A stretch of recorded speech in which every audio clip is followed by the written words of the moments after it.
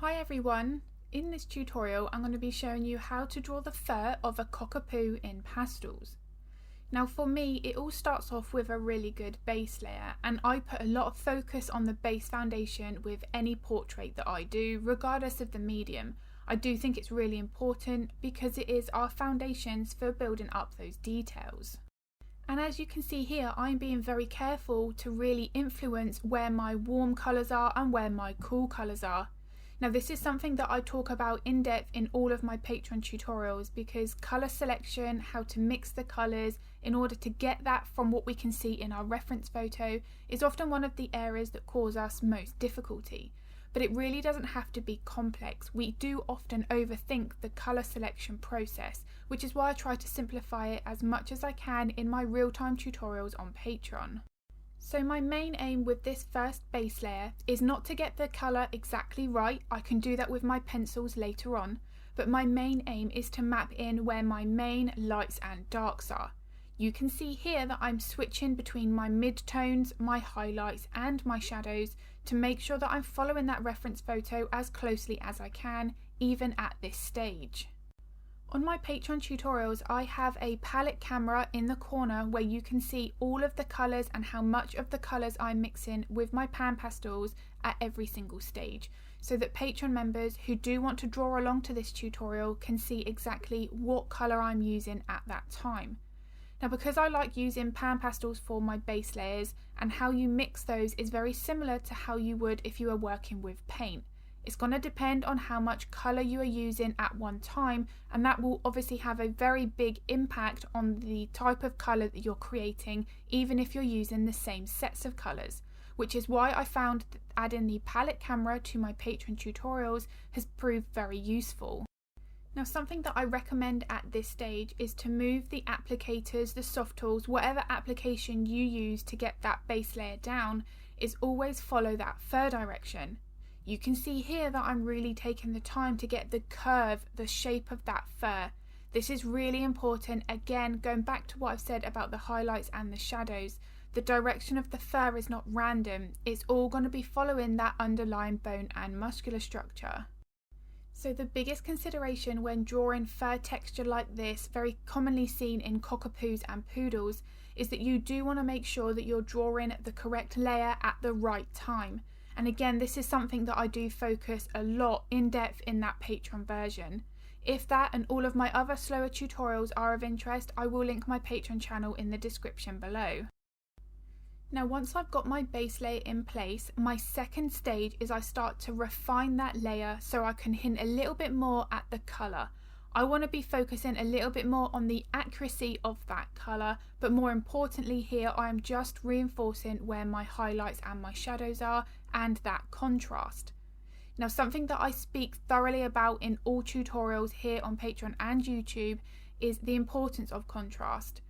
You can have the exact colour of that fur spot on, but if your contrast isn't right and your highlights aren't bright enough or your shadows aren't dark enough, your portrait will just not look as three-dimensional as a portrait where the colour might be slightly off but the contrast is spot on. That portrait there will have far more realism and impact than a portrait that does not have correct contrast. So this is why I always focus on getting my shadows dark and my highlights bright. The colour will come more naturally with each additional layer that you add. Now the reason why that happens is because I like to work typically 99% of the time from dark to light. So you want to be mapping in those values that are closest to the skin and therefore darker, and building up from there. With each lighter layer that you add, you're going to be adjusting your colour pencil selection to replicate that lighter value, and then also then accurately more match that colour that you can see in that reference photo. It's all about how we layer. We don't want to be focusing on trying to capture the right colour very early on. The contrast early on is what I want to be focusing on. As I've said, I can't stress that enough. It is a layering process, and building up that colour just takes time. So before we start to progress onto the detailed layers, if this video has been useful, I would really appreciate it if you could give it a like and a thumbs up, because it makes a huge difference. And if you do want to get notified of all of the videos that I upload, hit that subscribe and the bell button. So for the first layer of detail, again, I'm just really building up the depth. The biggest tip that I could give anybody is don't jump into your highlighted details first. Your brightest highlights need to be left until those last layers. They need to be things like the whiskers, the very final details, the wispy hairs that look like they're sat on top. They are the things that do need to be left till the end. Everything beneath that needs to be built up gradually. Now, one huge consideration when working on the detailed layers is the pressure that's applied to the pencil. Now again, this is something that I cover in the real-time tutorials because I can explain it as I'm working, because all of this tutorial will be uploaded with a voiceover while I'm working. So every single process, all of those details can be explained and seen whilst I'm drawing. But the amount of pressure on that pencil is going to vary depending on the type of texture that we're trying to create. The more pressure you put on that pencil, the thicker your line will end up being. The lighter the pressure you put on that pencil, the finer that line will be. It's very similar to working with a paintbrush, and the amount of pressure that is applied there generally is about the same. Because I'm working here with a slightly textured surface, the more pressure you put on that pencil, you're going to gradually wear down that finer point and eventually then create a thicker line. So the amount of pressure and how you hold that pencil, how you move that pencil, are all things that need to be considered at the time of creating that pencil stroke. So for instance, I will in some cases deliberately work with a blunter pencil because I don't want to be creating a specific type of detail. Even down to the length of the lead and the sharpness of that point is going to be dependent on the type of fur texture that I'm drawing. So here you can really see, just like all other tutorials that I upload to YouTube, I work in small sections. I don't want to get too overwhelmed by the process, and especially this fur texture, there are in some cases quite a lot going on. I don't want to rush a layer, and I don't want to accidentally miss out anything either. So I do find working with smaller sections and then stripping it down into individual layers, as I am here, for me is the most effective way to work. Of course, that is going to be dependent on the artist, and there is no right or wrong answer. If you do like working in individual set layers and you want to do one solid base layer for the entire subject and then your next layer and so on, then that is absolutely fine. But if you do find yourself hesitating, not quite sure where you should be, what you should be working on, it might be just because you're focusing on too much of a larger area.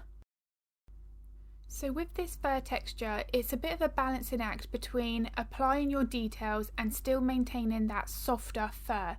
If you look at the left side of her face there above her eye, there are a lot more layers than what I've currently got on the right side, but that's just because I've still got a good 3, 4, maybe 5 layers to go. I don't want to be jumping to those lighter highlights, as I've already said, because I'm going to end up with something that looks far flatter and more two-dimensional. And this layering process here does show that perfectly. I need to make sure that I refine my contrast first, and each additional layer that I add is going to help to improve that contrast as I go, as long as I'm always aware that I've worked with my darker base layer. Now, if you start working with your pencils and you feel like they're not visible enough, they're not quite bright enough, but you feel like you're using the right pencil, it's probably then a good indication that your base layer isn't dark enough. It's a little bit too light.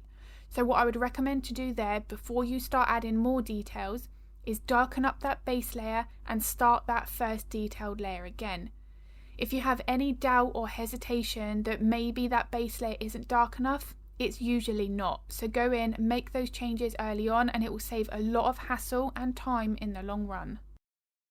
Now, something else that I talk about in this Patreon tutorial is how to avoid muddying up of your colours. Now, this can happen fairly easily when you're working with these brown and tan colours when you're trying to then darken them up into those shadows. If we use black or too many dark values with certain colours like oranges and reds, we do have a tendency of creating these muddy colours. Now, this is something that we definitely want to avoid, especially when you've got a reference photo with a beautiful colour like what I had here when I was working on Rosie.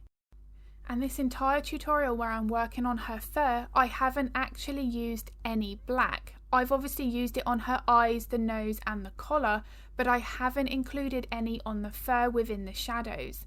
Above the top of her eyes here is the exception. and that is purely with a light pressure. I don't want this black to be a dominant colour over any of my existing colours because I will end up with that muddying up of the layer. Now this is very delicate here because I've not used the black early on. That's also really important. If you use your pan pastels and you use a black in with some of those colours, again it can cause that muddying up. So with this sort of fur texture for the shadows, I use a specific type of colour, the mixture of colours, to make sure that I don't mud up any of my values. It's something that is really important.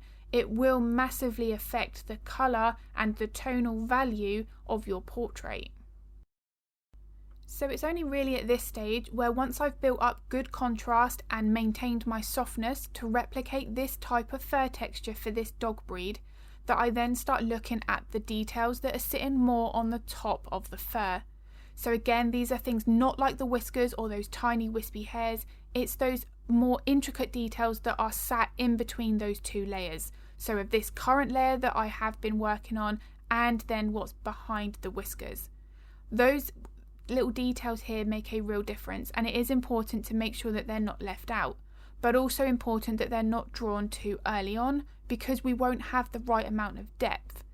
I speak about this all the time because building up the layers of any fur texture, regardless if it's a short coated breed like a Jack Russell or something like this here, a Cockerpoo, it's all in how we layer.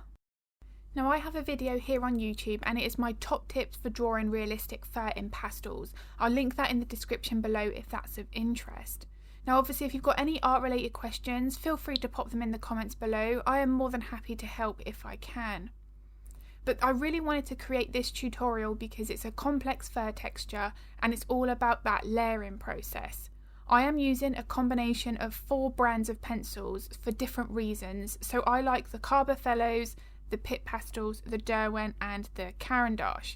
Now I only use a few select colours of the Caran pencils because they do have a tendency to get these harder nuggets in the lead, and for the price of those pencils I don't feel like they should have those quality control issues at all. But there are a few of those colours, as I've said, that I do like to have and I wouldn't want to be without, but I personally of that have never bought a full set for that reason. So I really do hope that the tips and techniques that I've shared in this video have been useful. If they were, I would really appreciate it if you could give it a thumbs up because it makes a real difference. Now as I've said, if you are interested in my slower in-depth tutorials, I currently offer pastels and acrylics on Patreon and I'll link that in the description below. If you'd like to see the list of tutorials that I've got available on Patreon before you sign up, I do have a Patreon library on my website, which I'll also link in the description below as well, and you can see every single tutorial that's immediately available as soon as you join Patreon. Now the wonderful thing about Patreon, and one of the reasons why I love it so much, is it's really flexible, so you can stay for as long as you like or you can cancel at any time. Now with this tutorial you do get the reference photo, you get the line art and the full material list, so every single pan pastel colour and each pastel pencil that I've used from start to finish. And here is a photo of Rosie's finished portrait, and as you can see she's got quite a few different fur textures going on. Her body is particularly curly, so this made it a great one for Patreon because it really did cover so many different techniques. So as always, thank you so much for watching. I do hope this was useful and I'm going to be uploading another video to YouTube next week.